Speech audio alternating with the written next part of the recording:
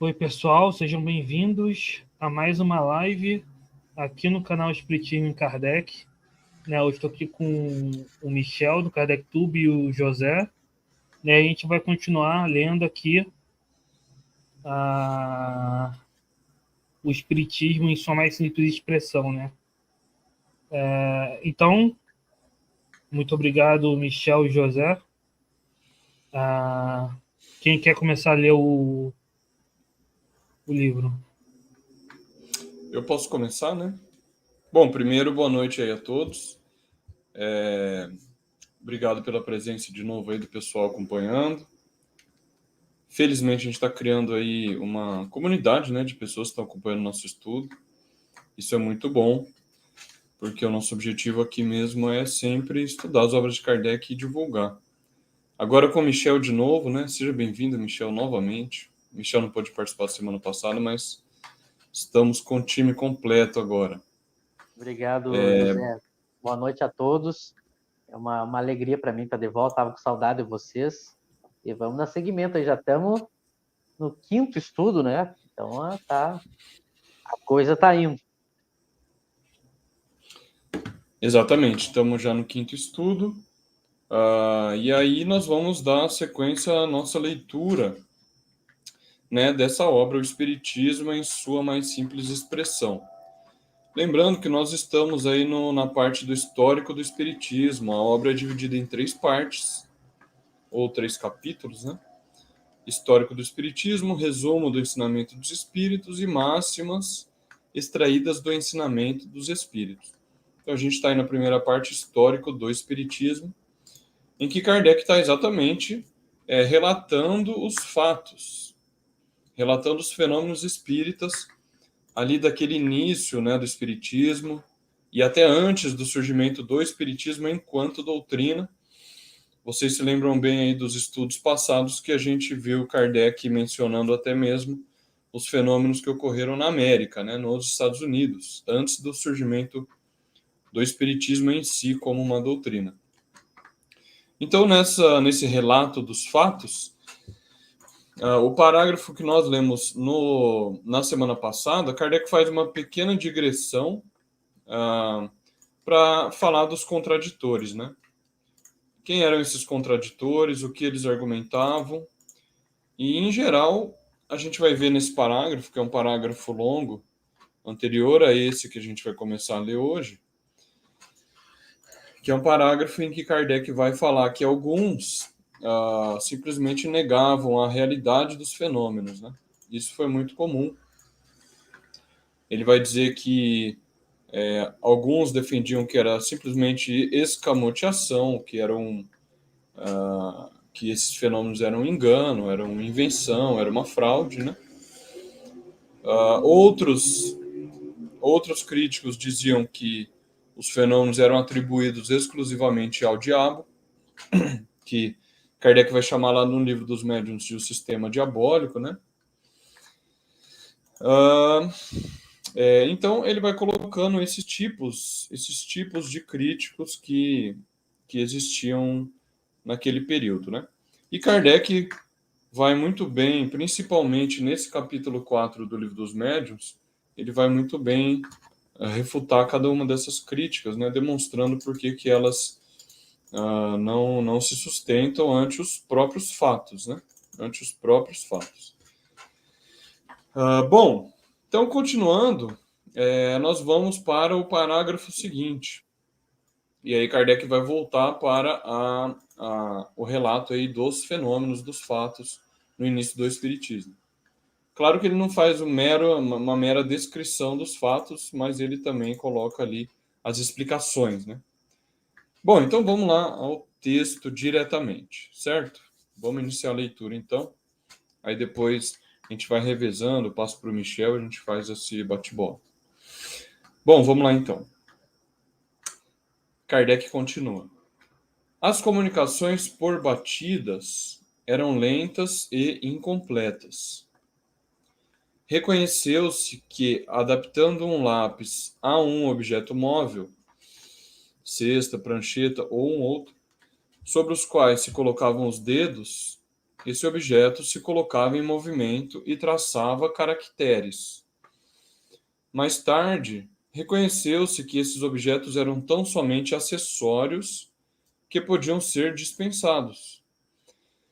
A experiência demonstrou que o espírito, que agia sobre um corpo inerte, dirigindo-o à vontade, podia agir da mesma forma sobre o braço ou a mão para conduzir o lápis.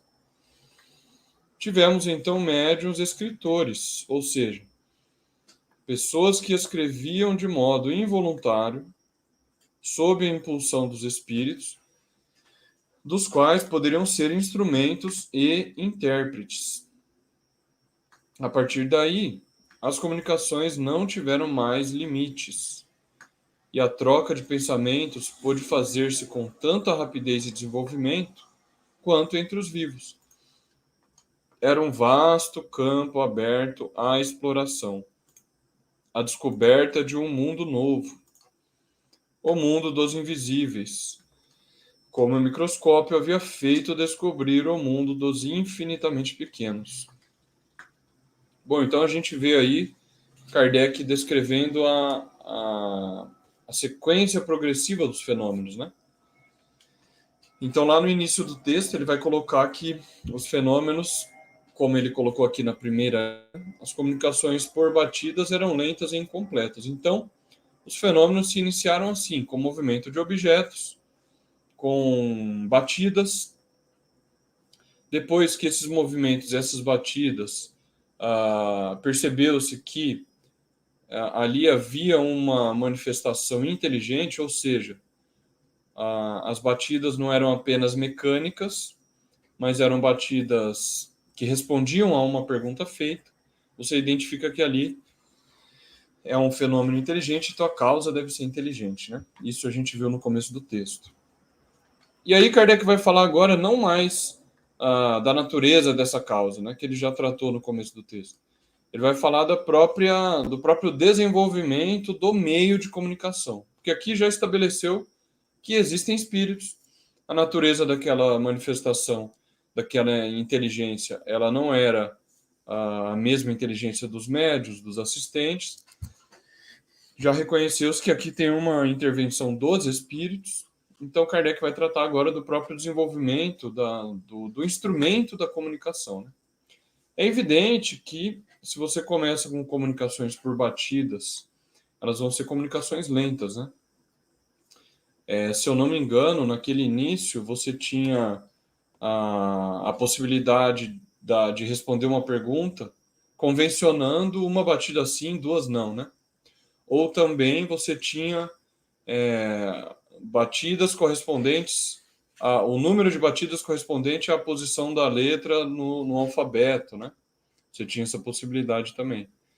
Então, é claro que depois que, como Kardec está comentando aqui, né? Reconheceu-se que, adaptando um lápis a um objeto móvel, cesta, prancheta ou um outro, sobre os quais se colocavam os dedos, esse objeto se colocava em movimento e traçava caracteres. Então é muito interessante ver essa evolução do meio de comunicação, né? Kardec vai dizer eu não me lembro se é na introdução do Livro dos Espíritos ou em Obras Póstumas, que foi sugestão dos próprios espíritos dizerem, olha, no quarto ao lado tem uma cesta, né, uma cesta de bico, quer dizer, ou uma prancheta. Coloquem um lápis preso na prancheta, na cesta, e a gente vai fazer mover, né? E aí Kardec fez isso, ou os experimentadores lá, não necessariamente Kardec, os experimentadores fizeram isso. E aí prenderam o lápis na ponta do objeto e os espíritos agiam sobre o objeto e faziam mover e traçar caracteres, né? E depois ainda reconheceu-se que esses objetos eram tão somente acessórios que podiam ser dispensados. A experiência demonstrou que o espírito que agia sobre um corpo inerte, dirigindo-o à vontade, podia agir da mesma forma sobre o braço ou a mão para conduzir o lápis. Então, perceber, porque é muito lógico isso, né? O princípio já está ali. O princípio da ação do espírito sobre a matéria já está ali, seja na batida, o espírito está agindo sobre a matéria, produzindo um som da batida, né? Ele está agindo sobre a matéria, fazendo traçar caractere com a cesta, ou está agindo sobre a matéria quando ele influencia, ele manipula a mão do médium para traçar os caracteres, que é exatamente isso que Kardec está colocando. E ele vai colocar muito bem a teoria, isso é uma lembrança, né? Ele vai colocar a teoria das manifestações físicas também lá no Livro dos Médiuns, né? Como é que o espírito age sobre a matéria. Ele não vai só descrever o fenômeno, mas ele vai dar a teoria lá.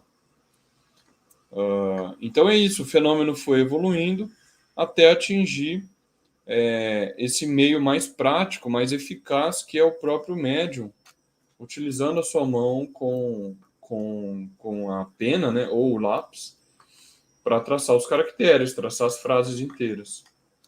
E isso deu um salto, um avanço nas comunicações muito grandes, né? Você imagine Kardec, eu fico imaginando, né? Kardec publicou mais ou menos aí 24 obras em cerca de 12 anos, né? Dá mais ou menos aí 2 obras por ano, imagina. Como que ele faria isso com essas comunicações com meio de comunicação tão elementar, né?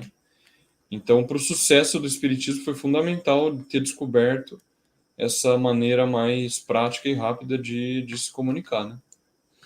E aqui no final, um comentário, eu já passo para vocês. As trocas de pensamento se tornaram ilimitadas, como ele coloca aqui, né? Não tiveram mais limites. Os espíritos e os homens puderam se comunicar da mesma maneira que os homens se comunicavam por cartas, né? Por correspondências. Isso deu um avanço muito grande para o espiritismo. E, como ele coloca aqui, foi aberto um novo campo à exploração, né? A descoberta de um novo mundo, né? Assim como no século XVI, o século XV e XVI, os europeus descobriram a América, né? O novo mundo. É toda uma população, Kardec usa até esse termo às vezes, né? Uma população de espíritos. De fato, é todo um mundo novo que se descobre. E ele faz essa metáfora aqui, essa analogia, né? Que é muito própria mesmo. O mundo dos invisíveis, como o microscópio havia feito descobrir o mundo dos infinitamente pequenos. Essa analogia é muito boa, né? Porque ela cabe muito bem na questão dos espíritos. Nós temos um monte de micro-organismos, bactérias, etc. No nosso rosto, no nosso corpo, muitos, milhares e milhares. Cada vez se descobre mais espécies novas de bactérias. E a gente não vê. O homem nem suspeitava que ela existisse antes do advento do microscópio. Mas não é porque não descobriu o microscópio antes, que é o meio de observar aquele fenômeno, que essas bactérias não existiam antes, né? Elas não se faziam menos presentes e influentes na saúde do homem, essas bactérias. Elas causavam doenças, elas tinham seu papel desempenhando ali na natureza, Não é porque o homem não sabia da existência delas que elas não influenciavam na saúde do homem. E a mesma coisa com o espiritismo. Depois que você descobre esse instrumento da mediunidade, você consegue observar, entre aspas, né? Experimentar, se pôr em contato com os espíritos e descobrir que existe esse mundo. Mas antes do espiritismo, os espíritos existiam e influenciavam a vida dos homens. Então a analogia é muito boa.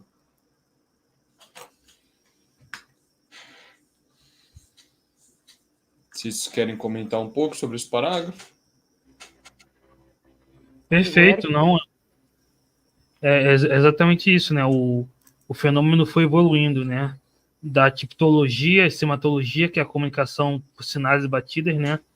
Até a prancheta, né? Que se adaptava ao lápis, até isso os espíritos foram caminhando, né? Até pegar o lápis com a mão, né? E depois a psicofonia, né? Mas como era mais fácil até registrar na época por escrito, então a psicografia ficou o principal, né? E como diz aí, foi pro espiritismo o que o microscópio foi para microbiologia, ou que o telescópio foi para astronomia, né? Então é o nosso instrumento, né?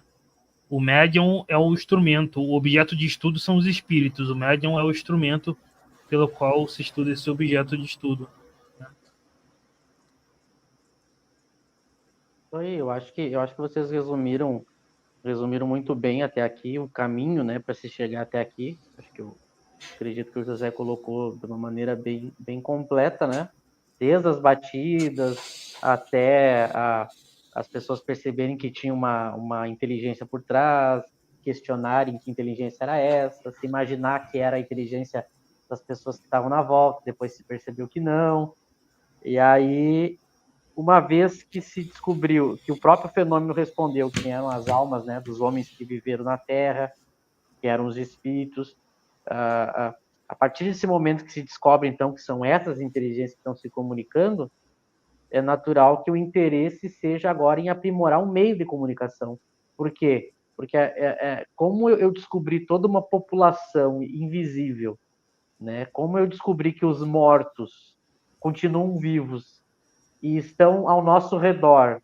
Então imagina quanta coisa eu tenho para perguntar, para conversar, para descobrir. Basta as pessoas imaginarem, se colocarem nessa situação, né? Eu me deparo com um fenômeno em que eu posso conversar com as pessoas que já morreram. Então, quanta coisa eu quero saber, descobrir, perguntar, quanta coisa eu posso raciocinar em cima disso, né? Eu posso pensar, não só nos meus parentes, mas os grandes gênios da humanidade. Então, é uma descoberta fantástica. Então, o próprio fenômeno, então, quando ele chega nesse ponto, era importante chegar nesse ponto, ele se concentra em melhorar o meio de comunicação, né? Imagina se comunicar com alguém por batida, como é lento, né? Para a gente poder ter uma conversa completa. E para contribuir, esse trecho que tu citou, José, que os próprios espíritos dizem para pegar uma cestinha, né? Ele está no Livro dos Espíritos, para quem quiser ler lá, na introdução, no item 4, lá no item 4 da introdução, o Kardec comenta que em 1853, ele dá a data, 10 de junho de 1853, um dos médiuns que se ocupava das manifestações recebeu uma mensagem, né? Vai buscar no aposento ao lado a cestinha, amarra-lhe um lápis, coloca sobre o papel, põe os dedos sobre a borda, e depois eles fizeram isso e aí começou a se mover a cestinha e o lápis começou a escrever. Está lá no Livro dos Espíritos, né? Isso antes de Kardec já se inteirar, né, dos fenômenos, então já estava tendo esse movimento. E depois houve de novo um raciocínio simples e natural, né? Bom, se os espíritos conseguem mover os objetos, por que eles não movem o próprio braço do médium para escrever, né? E aí agora eu chego num ponto em que eu posso ter uma comunicação mais rápida e mais completa. Então agora a questão é o que vai ser central e importante e o foco do estudo não é mais quem que está se é ou não, quem está causando o fenômeno já se sabe. Agora a questão é tirar deles informações para saber como é que é esse mundo do lado de lá, como é que eles vivem, o que eles pensam. Agora o foco é no que eles têm para nos dizer, né? Então é no conteúdo do que eles têm para nos dizer. Começa a entrar nesse caminho. Uma curiosidade, eu não sei se vocês já viram, ou se alguém que está acompanhando nosso estudo já viu, essa cestinha, se tem alguma imagem em algum site que a gente possa resgatar. Eu nunca vi, tenho curiosidade para saber se tem algum desenho, alguma imagem da época, exatamente como é que era essa cestinha. Se vocês souberem, não sei se o Eric tiver, e se for fácil de pegar em algum site para nós compartilhar, se realmente existe, eu não sei, é uma curiosidade minha também, seria interessante. Mas nota que como a coisa evoluiu e chegou nesse ponto, né? Do próprio espírito ali guiar a mão do médium, e aí eu poder trocar agora ideias e fazer questionamentos. Imagina, uma descoberta, é bem como o José citou, né? É uma descoberta de um mundo novo, de um povo novo, que estava a todo momento ali à nossa volta, antes da gente descobrir, já estavam ali, já pipocava na história da humanidade milhares de relatos do ser humano se relacionando com seres fora do corpo, mas agora eu tenho isso de uma maneira extremamente próxima e podendo agora desvendar esse mundo, né? E conversar e perguntar é algo realmente extraordinário e marcante na história da humanidade, né? Esse momento.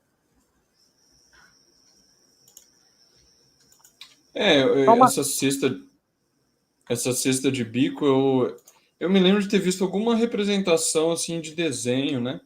Mas eu não sei até que ponto é fiel ao que era na época, realmente. Eu também vi, não sei se é real. Eu vi nessa apostila de federação, em época que eu frequentava a Casa Espírita, mas não sei se é real, se é algo verossímil, né? Só um detalhe antes de devolver a palavra para vocês, eu vi que tem uma pergunta, agora sumiu para mim aqui, mas tinha uma pergunta sobre a questão da mediunidade. Sim, tem uma pergunta da Ana Cristina Lima. Ali o Eric pegou essa imagem. Essa imagem conseguiu aonde? Isso aqui era a prancheta, que na verdade não é uma prancheta de escrever como a gente pensa, né? Pranchete era o termo em francês para isso aí, que era uma madeira com uma rodinha, né? Aí tinha esse, aí como tá ali na imagem de cima, colocava o lápis e tinha rodinha, algumas, na maioria. Agora a cesta de bico e a cesta peão era só uma cesta mesmo, com lápis. Então, legal. Eric, você sabe se essa prancheta foi produzida especificamente com esse fim ou já existia esse objeto? Não, pelo que eu sei, esse objeto foi criado para ser mediúnico, né? Porque é curioso, né? Porque ele tem bem um formato próprio para isso, né? Encaixa o lápis ali, apoia a mão em cima e tem até as rodinhas. É muito curioso isso, né? As pessoas, quando ainda não se sabia que era possível pegar o lápis e escrever diretamente, terem produzido isso. Você sabe algum historiador de onde vem isso, Eric? Foi do moderno espiritualismo mesmo, pelo que eu sei, porque eles tiveram que inventar da criatividade dos espíritos mesmo falando. Eles foram inventando. Mas assim, essa foto que você pegou é de algum lugar, algum site? É uma foto do wiki desse termo, prancheta, em francês. Ah, tá. Interessante, hein? Vê como o ser humano é rápido, né? Ele já faz uma criação para algo que estava acontecendo na época, né? Sobre a pergunta sumiu para mim a pergunta, se vocês puderem resgatar para nós dar uma. Eu queria comentar um pouco, depois passar para vocês também comentarem. Aí tá na tela, Michel. Aí. As comunicações não acontecem de pensamento desencarnado a pensamento encarnado. É a Ana Cristina Lima. Algumas coisas antes de eu entrar na resposta.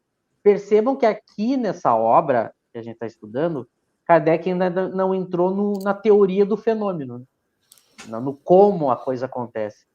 Como ela é uma obra bem introdutória, ele está primeiro narrando o que aconteceu, e óbvio que depois ele vai desenvolver uma teoria de como isso acontece, né? Uma teoria para explicar o fenômeno. E é curioso que essa teoria demorou um tempo para ser desenvolvida, né? Tanto que o Livro dos Médiuns demora alguns anos para Kardec desenvolver bem essa teoria, né? Já tem alguma coisa antes, no próprio Instruções Práticas, né? Mas a teoria em si, mais completa da mediunidade, vai aparecer em 61, né? O Livro dos Médiuns. Então, claro que aqui ele não está tratando do como, né? Mas só para dar uma pincelada, e se vocês também quiserem comentar, para não deixar a nossa amiga sem nenhuma... nota assim, ó, primeiro, o médium, o psicógrafo mecânico, né? Ele é claro que o espírito também é uma comunicação de pensamento para pensamento, mas também envolve o organismo, né? Também envolve o corpo do médium, né? Quando é só pensamento com pensamento mesmo e não envolve o corpo, eu tenho o chamado médium de inspiração intuitivo, né?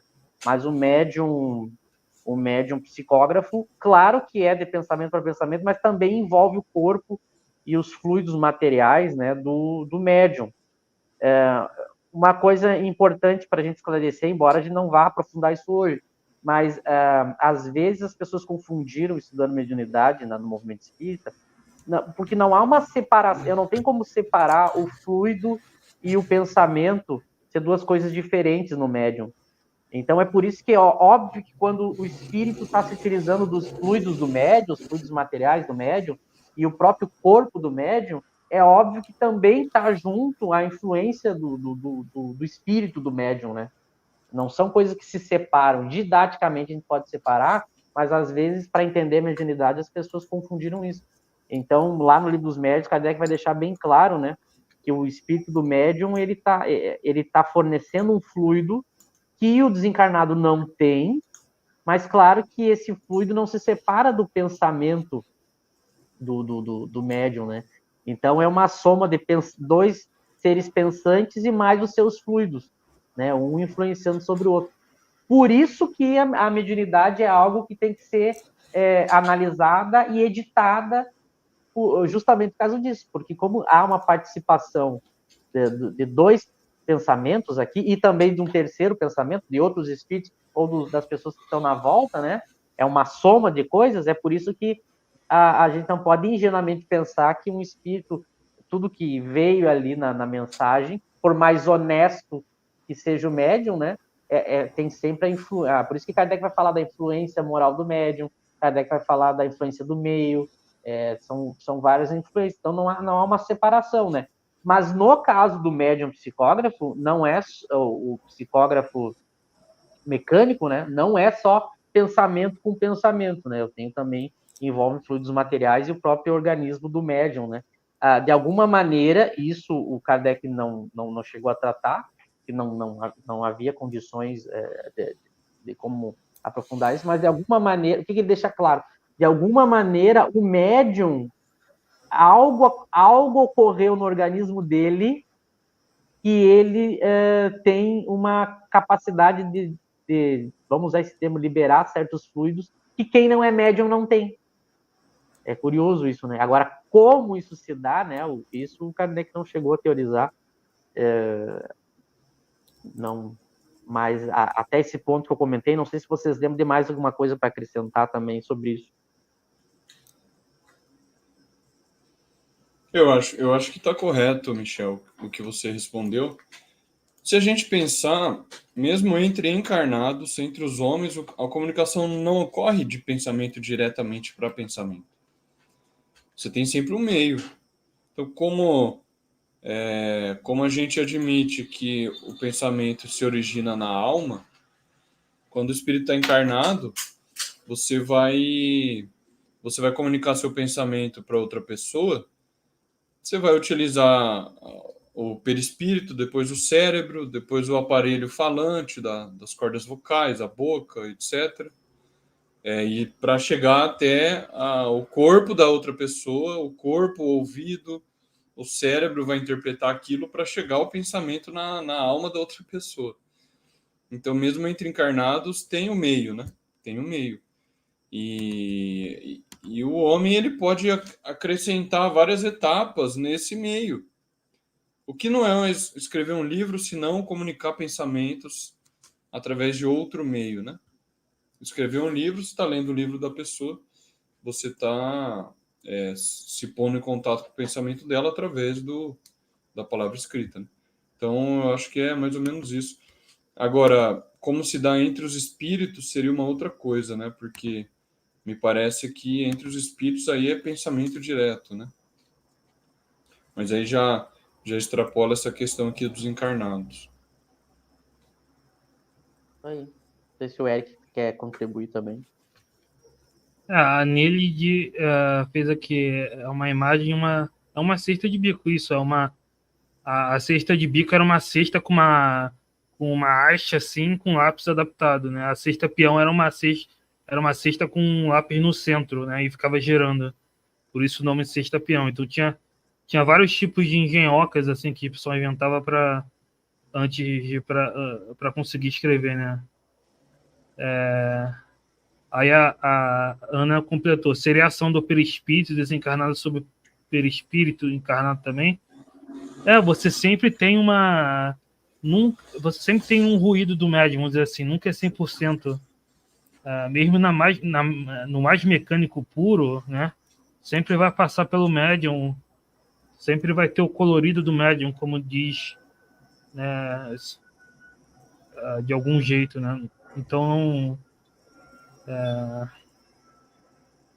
Isso, e assim, ó, de novo, a pergunta dela, ela acrescentou agora um outro elemento. Antes era o pensamento, agora ela colocou o perispírito. Mas, de novo, sim, se tem o pensamento, ele só consegue se exteriorizar através do perispírito. Mas também não é só... por exemplo, a mediunidade mecânica, ela não é só o pensamento do espírito e o seu perispírito, né? Tem algo no organismo do médium também, que a gente não sabe o que é. Porque senão todo mundo seria médium mecânico, é uma questão até de lógica. Por exemplo, todo mundo é uma alma pensante, um ser pensante com seu perispírito, né? Então, mas no médium psicógrafo mecânico tem algo no organismo também, né? O espírito consegue mexer no organismo dele, tanto que o movimento é involuntário, né? Ele chega a dizer que o médium escritor, ele diz, ó, escrevem de modo involuntário sobre a impulsão do espírito, né? Esse tipo aqui, que é o psicógrafo mecânico, é também o organismo.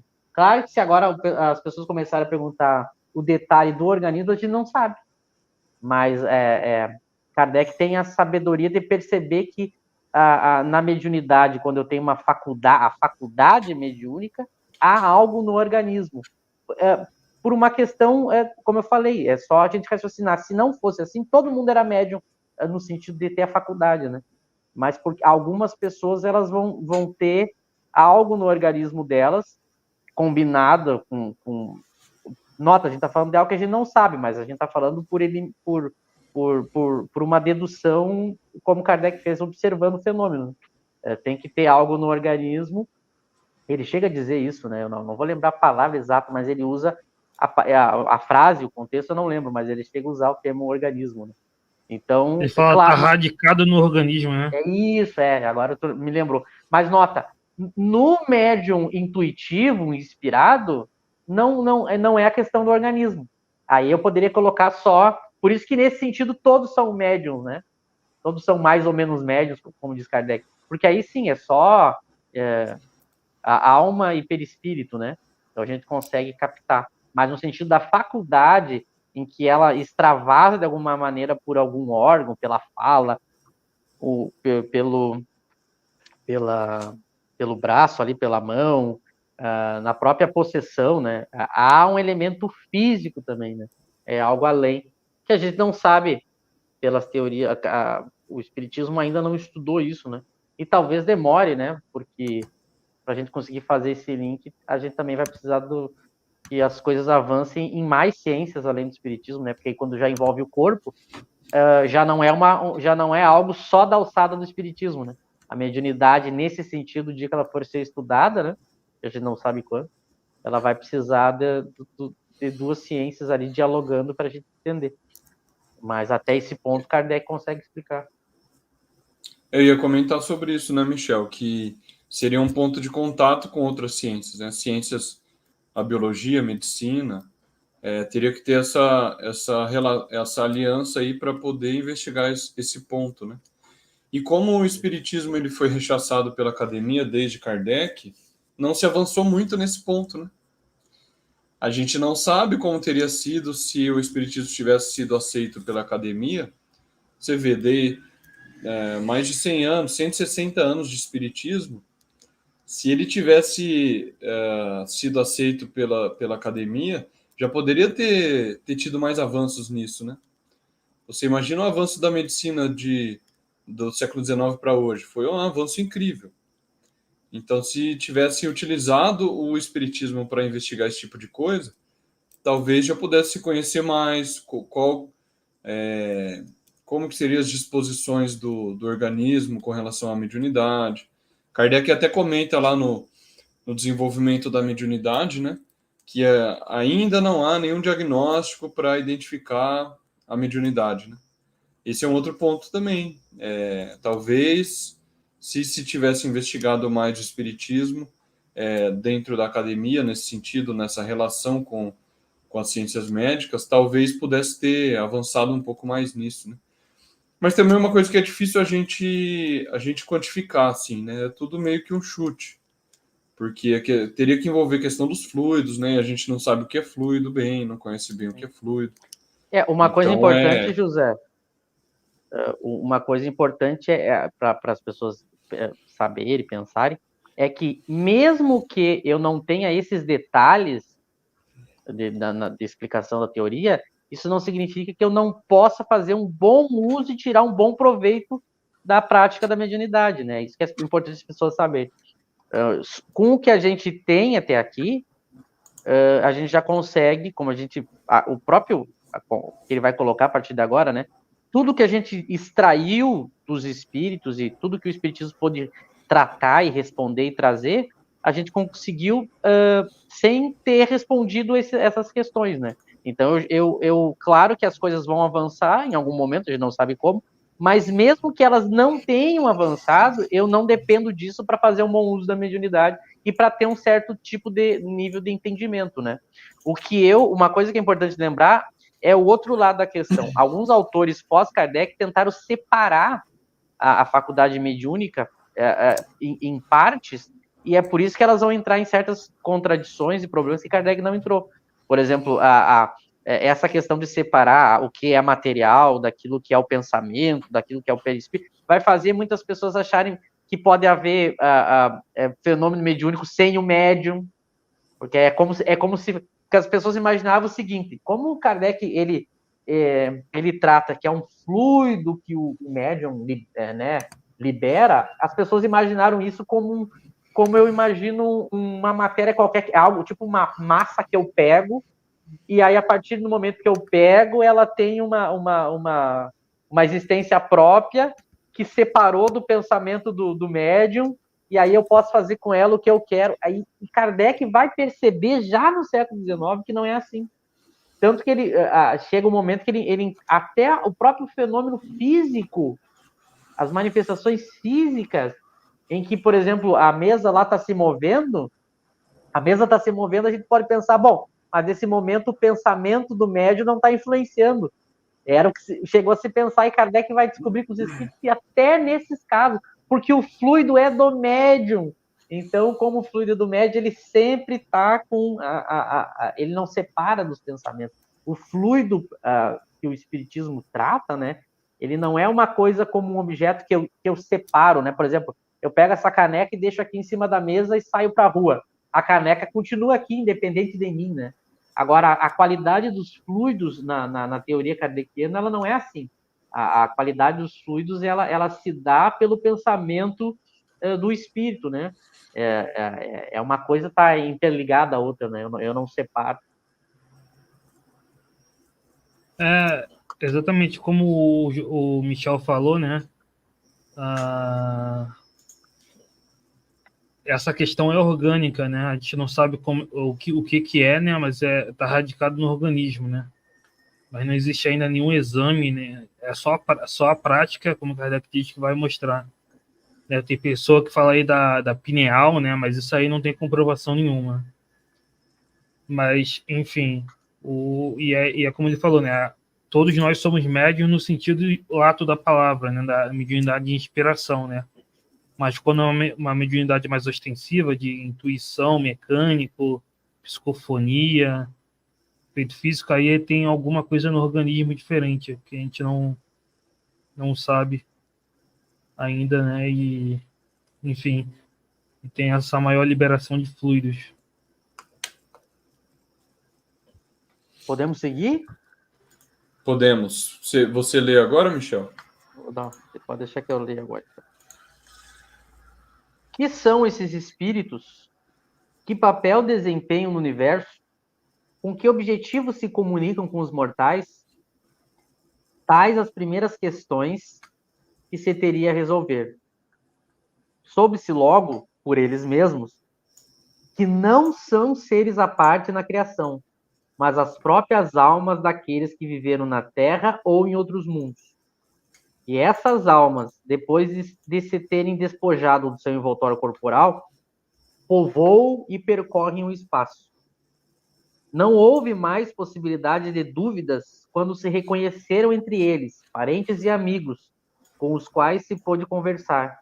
Quando esses vieram dar prova de sua existência, demonstrar que a morte para eles foi somente a do corpo, que sua alma ou espírito continua a viver, que estão ali junto de nós, vendo-nos e observando-nos, como quando eram vivos, cercando de solicitude aqueles que amaram e cuja lembrança é para eles uma doce satisfação. Bonito isso aqui, o modo... Kardec também sabia escrever de uma maneira bonita, né? Ele está narrando fenômenos, mas também escreve de uma maneira bonita. O meu comentário, antes de devolver para vocês, nota que agora ele entra exatamente naquilo que eu tinha dito, né? Uma vez que eu já sei que são espíritos que estão ali, eu já aprimorei o meio de me comunicar, agora eu vou tentar entender esse mundo deles, né? Por isso que ele diz que são esses espíritos, que papel desempenham, com que objetivo eles se comunicam. Nota, agora eu tenho uma infinidade de questões que eu vou tratar com eles, né? E aí ele começa a dizer, né? Soube-se logo por eles mesmos, de novo deixando claro, né? Que as conclusões eram tiradas do próprio fenômeno, né? E algo que Kardec percebeu de início, né?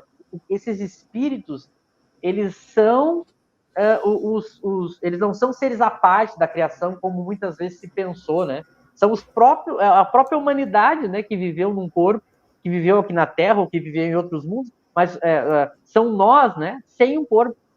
Então, isso é muito importante, vai ser uma das primeiras conclusões que Kardec vai observar, dialogando com os espíritos, né? Somos nós fora do corpo. Né? Então, não é um ser especial, um ser com uma outra, um outro tipo de início, de evolução, por isso que ele diz um ser à parte, né? Somos nós, né? Com defeitos e qualidades, sabedorias e ignorâncias, então ele vai já perceber isso no início. Isso é curioso como isso é elementar e até hoje a gente discute, né?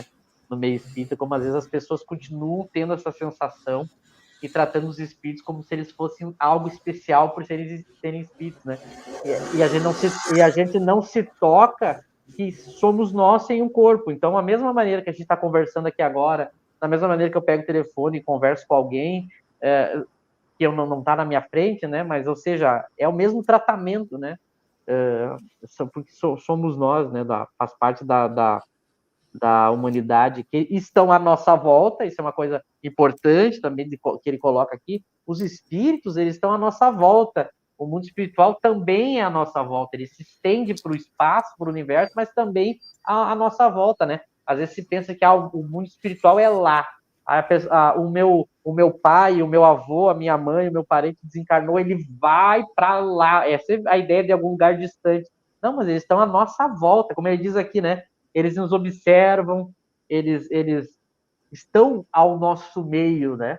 E agora eu tenho uma possibilidade de me comunicar com eles, de trocar ideias com eles, de aprender com eles, de saber da realidade deles, de questionar eles. E, evidentemente, ele diz aqui, né? Eles provaram, né? Ele usa o termo, né? Eu posso conversar com eles e eles demonstraram, e através do diálogo deles, eles demonstraram que eram eles mesmos através da identidade, né? Porque é como quando eu converso com alguém que eu conheço há muito tempo, que eu conheço intimamente, né? Eu vou conversar por WhatsApp com um amigo meu que viajou para a Europa e eu não vejo há 15 anos. E eu não estou vendo a pessoa, estou só conversando pelo WhatsApp ou por uma rede social, né? Logo, ali numa conversa curta que a gente tem, eu já começo a identificar que é ele mesmo, né? Pelas coisas que ele diz, pelo modo como ele diz, pela personalidade, por N fatores, que depois nós vamos estudar, né? Mas isso se percebeu, né? Conversando com... E agora eles têm... Imagina, os espíritos, eles continuam ali nos observando. Imagina a vontade que os espíritos têm, os nossos amigos, os nossos parentes têm, de que a gente pense neles e se comunique com eles, né? Porque eles desencarnaram e a gente se comunica, claro, a gente se comunica com eles no sono, quando a gente está dormindo, mas daí a gente não lembra, muitas vezes, né? Então, imagina a possibilidade agora de eu saber que eles estão na minha volta e eu posso agora conversar com eles, né? É uma coisa realmente fantástico, né? No sentido correto da palavra. É muito interessante isso, né? Primeiro comentário em cima do que você falou, Michel, eu lembro daquela expressão de Kardec no Céu e Inferno, né? Que ele diz que o mundo espiritual coabita o mundo material, né? Então os espíritos, eles estão aqui, não estão em outro lugar, né? Claro, tem os outros mundos, mas os espíritos estão coabitando aqui o mundo material. Na verdade, isso é uma expressão de um espírito que Kardec vai comentar em cima. Ele fala, é importante ressaltar este termo aqui, Kardec diz isso. É importante ressaltar este termo, coabita. Então, Kardec vai dizer, os espíritos se acotovelam entre nós, né? É outra expressão curiosa aí de Kardec, os espíritos se acotovelam entre nós. Então, é a população de espíritos que estão aqui em meio a nós, a população de homens, né? E outra coisa muito importante aqui, né, que Kardec ele sempre buscou ver o fundo moral, quais as consequências morais que a gente pode tirar desses novos fenômenos, né? E essa aqui é uma consequência moral importantíssima, que é a comunicação com parentes, amigos, familiares que já se foram, né? Na verdade, são duas coisas importantes aqui, né? A primeira é aquele parente, aquele familiar, aquele amigo meu que morreu, ele não está acabado, não está desaparecido, não está aniquilado. Ele não desapareceu, que é a possibilidade do materialismo, né? Que é o nada. Então a pessoa não se aniquilou, simplesmente ela deixou o corpo, mas continua viva, né? Continua existindo, continua o seu ser, o seu eu não se perde. E a outra consequência importante é, não só ela continua viva, continua existindo, mas ela pode se comunicar com a gente. Que é um consolo extremamente importante do Espiritismo, né? Kardec vai dizer, nós estamos estudando no outro grupo a Gênese, e ele vai dizer no capítulo 1 da Gênese que se o Espiritismo tivesse trazido apenas essa contribuição da comunicação com os espíritos, já teria sido uma revolução completa na sociedade. E a gente não sabe que não foi só isso. Kardec vai desenvolver toda uma doutrina moral no Livro dos Espíritos, no Evangelho segundo o Espiritismo. Ele vai fazer várias aplicações, vários desenvolvimentos com os princípios do Espiritismo, no Céu e Inferno, na Gênesis, etc. Vai fazer todo um estudo sofisticado da mediunidade, da teoria que explica aqueles fenômenos. Mas, se fosse só a comunicação com os espíritos, já seria muita coisa. Já seria uma completa novidade na história da humanidade. E Kardec, ele está ciente disso, né? Ele está ciente disso. Então, é uma coisa que nós, movimento espírita, precisamos retomar, né? E aí vem o tema das evocações, vem o tema das comunicações, das reuniões mediúnicas dentro das casas, que essa é uma coisa que se perdeu dos lares, né? Não da casa espírita apenas, dos lares das famílias, que é uma coisa que acabou se perdendo no movimento espírita, né? Você não precisa depender de um local, de ir até um local, a casa espírita, para fazer uma reunião mediúnica. Pelo contrário, às vezes é preferível fazer uma reunião mediúnica com os membros da família, porque é um grupo mais homogêneo, que compartilha de ideias parecidas. Hoje no nosso mundo, né, corrido aí, o mundo moderno tem até a facilidade de você não precisar se deslocar até o centro espírita, tem esse ponto ainda. Você já está dentro da sua casa, muito mais fácil fazer uma reunião mediúnica ali, né? E tem a questão, os espíritos que são familiares, eles já vão se sentir mais à vontade de se comunicar com aquelas pessoas. Porque às vezes você chega num centro espírita e quer desenvolver mediunidade. E aí você não tem intimidade, você não conhece aquelas pessoas, às vezes pode demorar mais para o espírito que é familiar seu se comunicar ali. Então, dentro de casa, tudo é propício, né, para o espírito se comunicar, para o espírito familiar. E esse consolo que o Espiritismo pode dar, de você se comunicar semanalmente com um ente que já se foi, a gente acabou perdendo muito no movimento espírita, né? Eu mesmo sou espírita desde criança, nasci em casa, num lar espírita, não tive esse contato com os espíritos dentro de casa, né? Eu sinto muita falta de poder ter esse contato natural com os espíritos dentro de casa, né? Então, esse é um consolo enorme que o Espiritismo pode dar e que tem vários exemplos na obra de Kardec, né? A gente lembra, se não me engano, no Céu e Inferno, é a viúva Fulon, se não me engano, é esse caso, que ela diz: olha, meus filhos, não fiquem tristes. Agora a gente pode se comunicar semanalmente e eu estarei mais perto de vocês agora do que quando encarnado, porque quando encarnado a gente morava em cidades distantes, que era difícil a comunicação. Então nós precisamos levar isso em conta, como a importância moral para a tranquilidade das pessoas, né? Para não achar que estão separados indefinidamente, como é a possibilidade das religiões, por exemplo, né?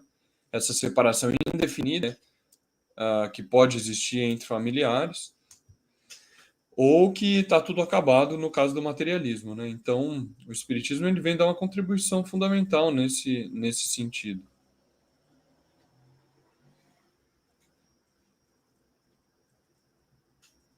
Não sei se o Eric quer comentar Exatamente. algo.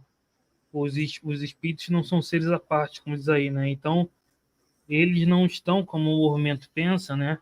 Num lugar distante, longe, né? São os mesmos e estão até mais próximos, como o José falou, né? Porque não tem mais os limites de local, né? Essa questão de ter perdido ah, as comunicações familiares, né? Já com espíritos, isso acaba terminando a convicção da pessoa, né? Que o fenômeno seria acontecer traz uma certeza, né? Então, uma questão, uma pena, né? E até teve uma pergunta aqui da minha sobre a visão de lugares, né? Justamente isso pode ser uma crença fluídica, né? Mas os espíritos eles não estão circunscritos e presos a um determinado local, né? O espírito pode criar em estado de perturbação uma criação fluídica, achar que está num local, mas isso é uma questão psicológica, né? Isso, eu não sei se vocês lembram agora, eu estava procurando aqui no Kardecpedia para passar para Mika, né?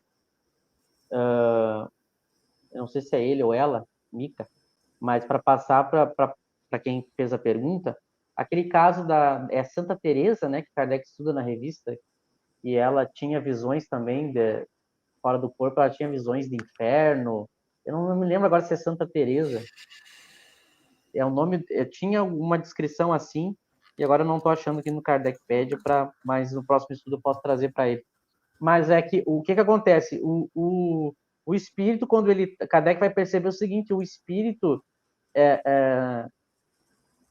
dependendo da situação que ele está, e no que Kardec vai chamar de perturbação espiritual, né? Ele faz descrições e narrações de coisas que ele está vendo, que não significa que são reais. O que o movimento espírita se equivocou? O movimento espírita, por não estudar Kardec direito, viu a descrição de algum espírito e passou a achar que aquilo que aquele espírito estava narrando era algo real. Não que o espírito estivesse mentindo. Não, o espírito está falando a verdade. Só que aquela visão que ele está tendo, essa visão que ele está tendo, não se trata de algo real. Ele acredita que é real, quando ele está nesse estado de perturbação. Mas muito cuidado, porque também tem um seguinte fala do movimento espírita, que também as obras de Kardec mostram que é falso.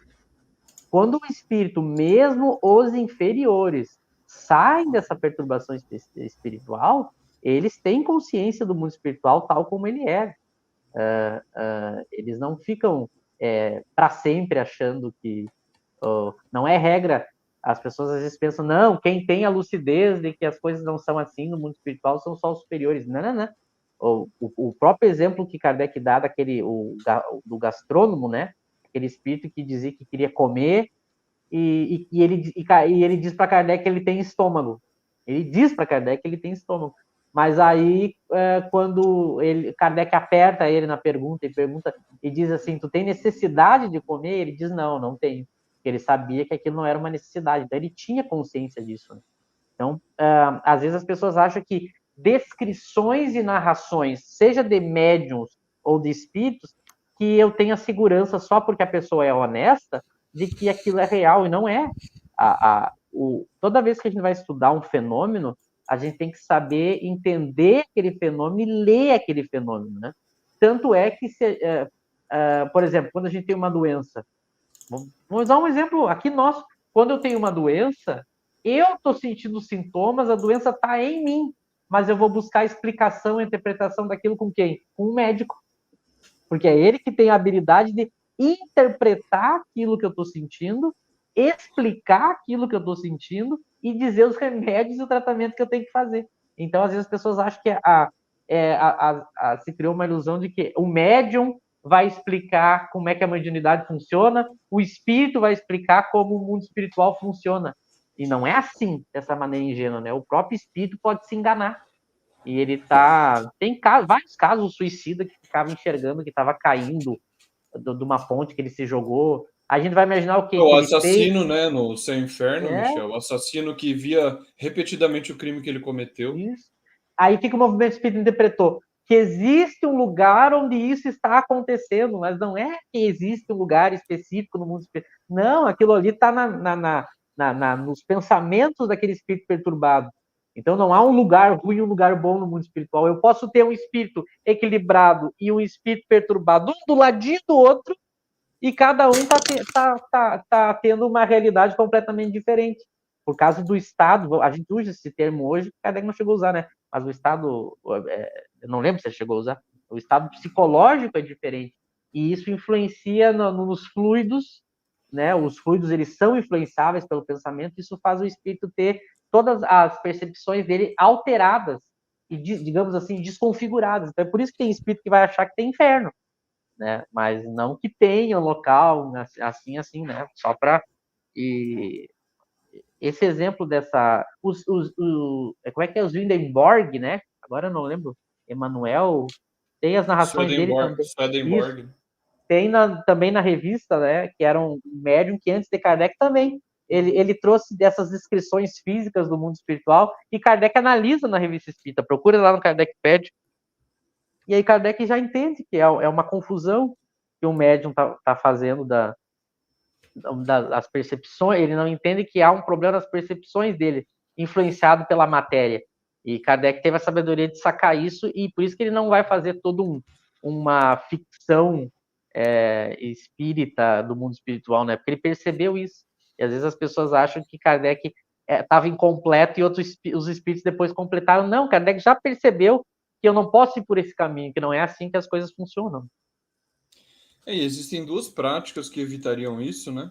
Que o movimento espírita acabou perdendo um pouco, que é a evocação, ou seja, se um espírito deu uma comunicação espontânea numa semana, dizendo que viu isso, aquilo ou aquilo, na semana seguinte você evoca ele e questiona, interpela o espírito. Mas espera aí, você está dizendo isso, explica melhor. A obra de Kardec diz outra coisa. Então, você interpelar o espírito, você evocá-lo e questionar o que ele está dizendo, confrontar o que ele está dizendo, é que a gente acabou perdendo, né? E evitaria esses erros. E a outra prática que Kardec fazia que ajudaria a evitar esses erros é evocar o anjo guardião do médium, né? Porque o anjo guardião do médium está lá do outro lado e ele ajuda a dar as explicações. Olha, esse espírito é um espírito imperfeito, aconteceu isso na vida dele. Ele não tome literalmente o que ele está dizendo. Então, a evocação do anjo guardião do médium é fundamental e ajudaria a esclarecer esse tipo de coisa, né? Que é o que Kardec descobriu e usou largamente, né? No fim, a gente esqueceu de avisar o pessoal que hoje a gente só vai só até às 9, tá?